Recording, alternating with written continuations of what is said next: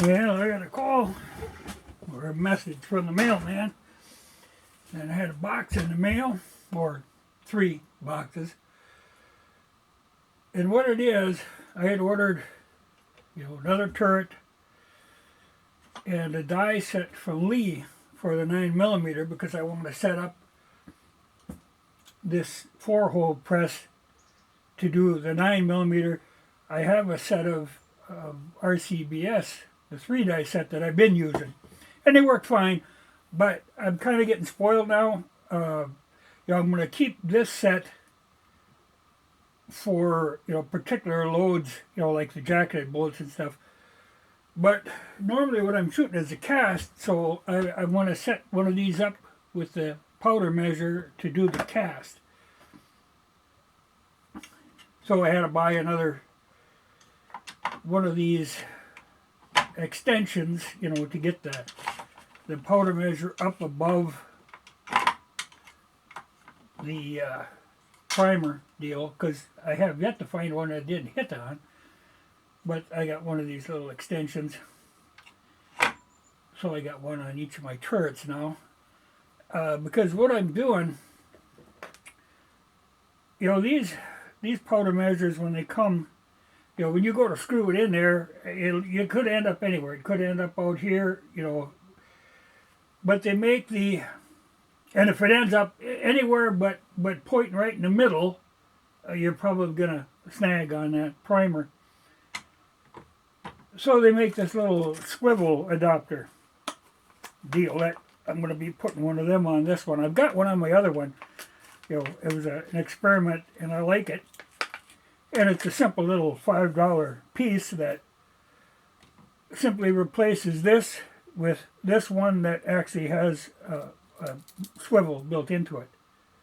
So that makes it a little easier for moving them back and forth from one set to the other.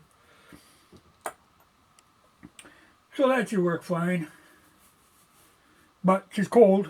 It's like 10 below outside now, and it's maybe 10 above in here. I don't heat this. I just open the door, and so it takes a while to warm this up. But it's going to be 15 above tomorrow, so I figure I'll play with it then. But I thought, well, I'll make sure I got everything I need, and I do. So I'll do that tomorrow, because I really, that's for this Zastava 9mm, and I really like this gun. But I tend to shoot the other ones more. But there's certainly nothing wrong with these. In fact, in the reviews that I've seen online, I really haven't gone looking for them. But a lot of times, if I do a video on one of these, then somebody else's video ends up underneath it. So then I look out of curiosity, and everybody seems to be real happy with them. It's a good solid design, and with a 9mm you're shooting a bullet you can buy. But I do tend to use a Tokarev one because I like that better. But I really have to shoot this 9 more. And the one thing about the 9 that I do like, when it ejects them almost straight up. So when I'm done shooting, the casings are all laying at my feet. It isn't a chase them around deal like I do with the other guns. So it's handy in that way. So I really have to use this more. But one thing I was going to mention, in one of the reviews that I ran across, there were all positive reviews except for this one. The guy kind of trashed the gun because he had, he was shooting it, and he had this little pin that holds the ejector in work out, and the ejector actually fell out and was laying on his hand. So, he immediately concluded the gun was a piece of junk, but they really aren't. And I've never seen any sign of them moving on either of my Zastavas, but I guess it pays to keep an eye on. But speaking of Zastava, I talked about the M48 the other day, which is what this is, and I happened to read, I think it was yesterday, these are made in Serbia, and the Serbian army is going to be having kind of like a rummage sale. They're getting rid of all of their they're older stuff. So there's going to be a lot of stuff, even like Soviet era stuff, that's going to be on the chopping block. Even tanks. I mean, they're going through the whole thing, trying to upgrade everything. So, you're probably going to see a lot more of these turn up because they had warehouses full of them, including a lot of them that, like this is marked M48A with a Yugoslavian crest on it, but they made a lot of these that were for export to questionable countries that aren't marked at all. And I don't know if they'll kick them out. I don't know really how they could, how they could import them, but they're out there. So I expect to see them. And I know one of the things that they were going to be moving was a lot of the pistols, and then it's likely to be that the regular M57 with the Tokarev round in it, I would think. But there'll be surplus stuff coming yet. But nice gun. Like I said, I got no problem with it, but I should shoot it more. I do like that it doesn't eject them so far. But a question somebody had from before. Okay, this is powder relative burn rate chart. I use this all the time. It comes in the appendix on the Lyman book, but I actually made it in a strip form because I use it all the time. And I've got marked the ones that I have powder for. But somebody asked me about shooting. I was shooting 40-64 in these 8mm, but then I switched and was using that SR 4759. Now, see, that's right here on the burn chart, and 40-64 is way down here. So the 40-64 is a lot slower, but I found from my cast bullets that SR 4759 works very well. But he was talking about slower burning powders, particularly in like a Mosin, where you've got a heck of a lot of barrel there. If you compare it to the 8mm Mauser, there's a lot more barrel. And he was thinking, slower powder gives it more of a chance to expand, makes use of the barrel.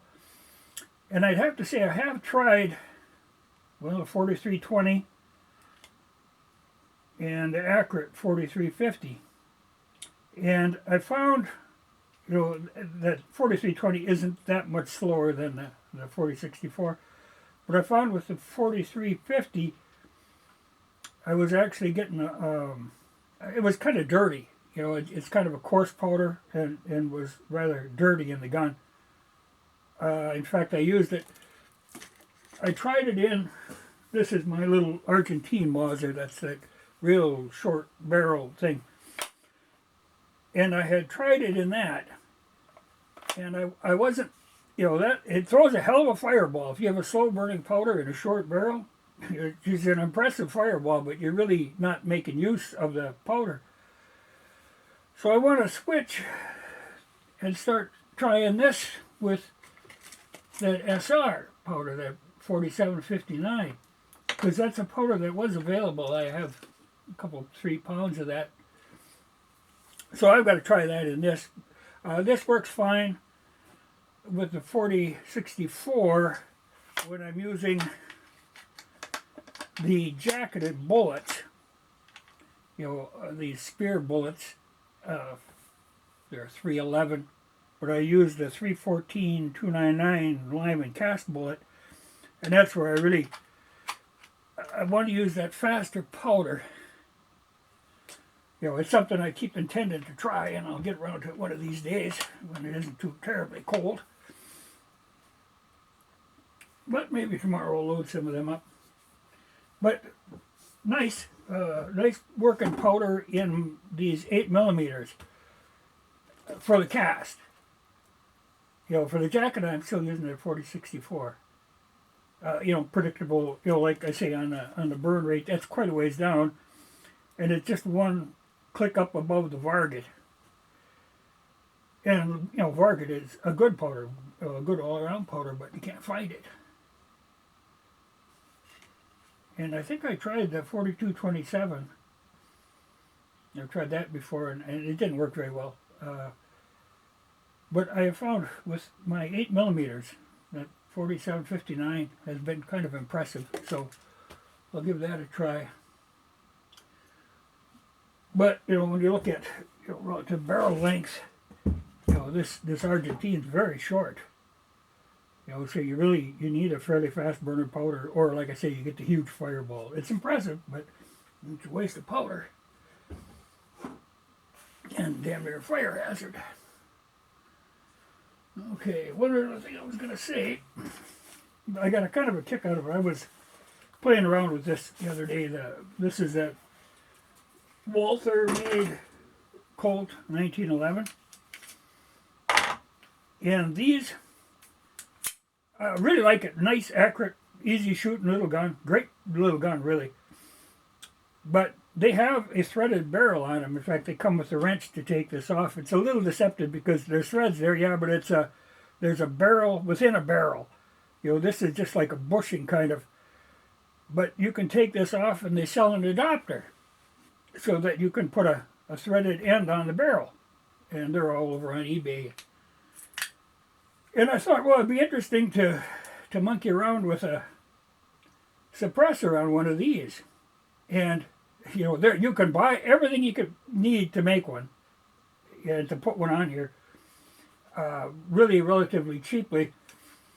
But then you run into the, if you don't give the government $200 to get the tax stamp to run them, as soon as you assemble it, it's a federal offense. Which is too bad, because, to me, it would be nice, if you could have a 22 that you put a little suppressor on and cut the noise down. Be a lot easier for somebody, playing around with. I know, it's kind of silly, the way they do that with everything being available for them.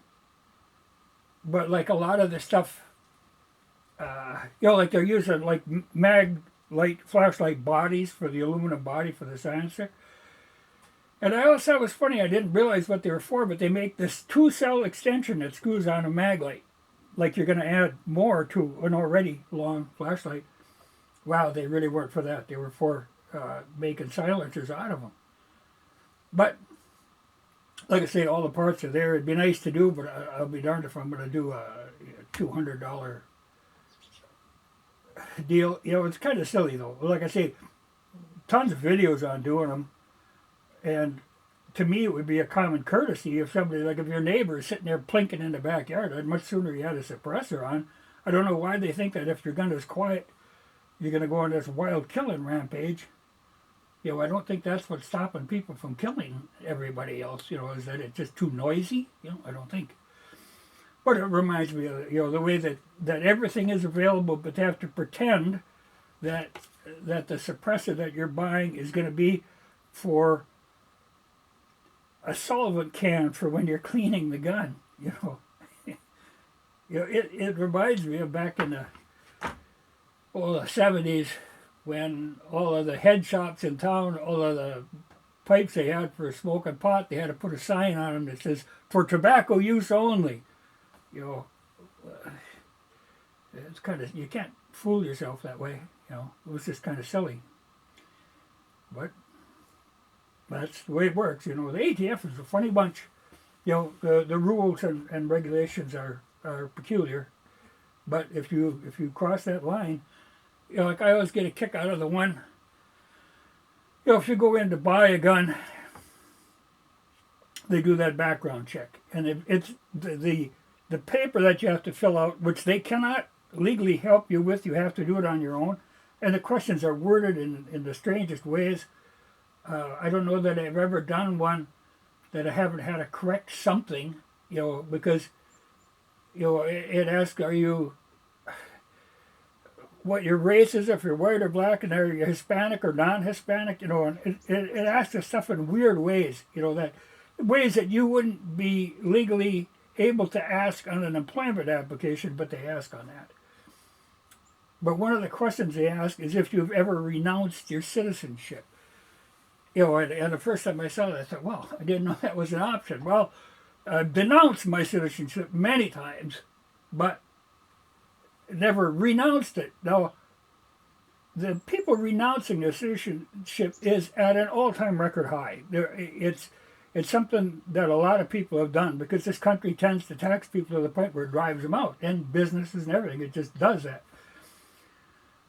So a lot of people were taking that route and renouncing their citizenship. Well, then what happened? They decided, okay, so they upped this fee to renounce. They upped the fee, and then they also made it that you have to pay taxes on income that you might have made in this country if you had stayed in this country. The problem is they already spent all this money, so they ain't going to let you out of this. You're indebted to them. It reminds me of cell phone contracts, where if you can't get out early, if you try, you're in trouble. You have to pay for the service even if you don't use it. But like I say, ATF is a funny bunch, but it's a bunch you don't really want to cross. Because they have kind of unlimited power. But I do wish that they would get off that kick with the suppressors, because other countries, it's not a big deal. But here, it's, they got the feeling if you could do it quietly, you would kill every neighbor. And I just don't believe that.